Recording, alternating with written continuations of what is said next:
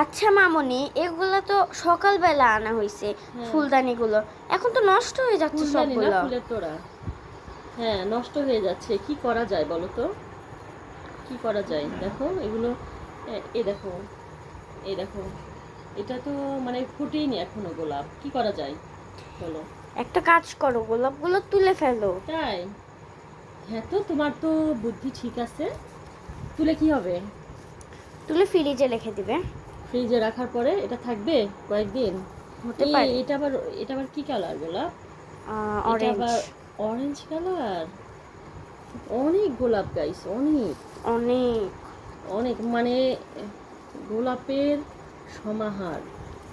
মাঝে মাঝে এই যে গোলাপ, এই এটা অরেঞ্জ কালার দেওয়া আছে আর কি। উম, কিন্তু অনেক মানে বেছে বেছে এটাকে তুলতে হবে। তোমার বুদ্ধি তো সেই বুদ্ধি, তুমি যদি এই বুদ্ধিটা না দিতা তাহলে তো হইতো না, আমার মাথায় আসতো না জানো। এটা তো কালকে ফেলে দিতে হবে তাই না? হ্যাঁ। তাহলে এটা যদি ফ্রিজে রাখা যায় তাহলে কি করা যাবে?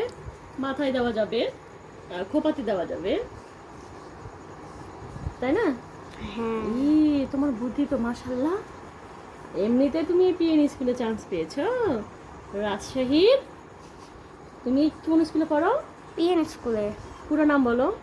রাজশাহী প্রমথনাথ বালিকা উচ্চ বিদ্যালয়। হ্যাঁ, ওইখানে কি এমনি তুমি চান্স পেয়েছো? তোমার মাথায় অবশ্যই বুদ্ধি আছে। দেখো, এতগুলা গোলাপ নিয়েছি তারপরেও এই যে কত আরো রয়ে গেছে, আরো রয়ে গেছে, এই যে, এই যে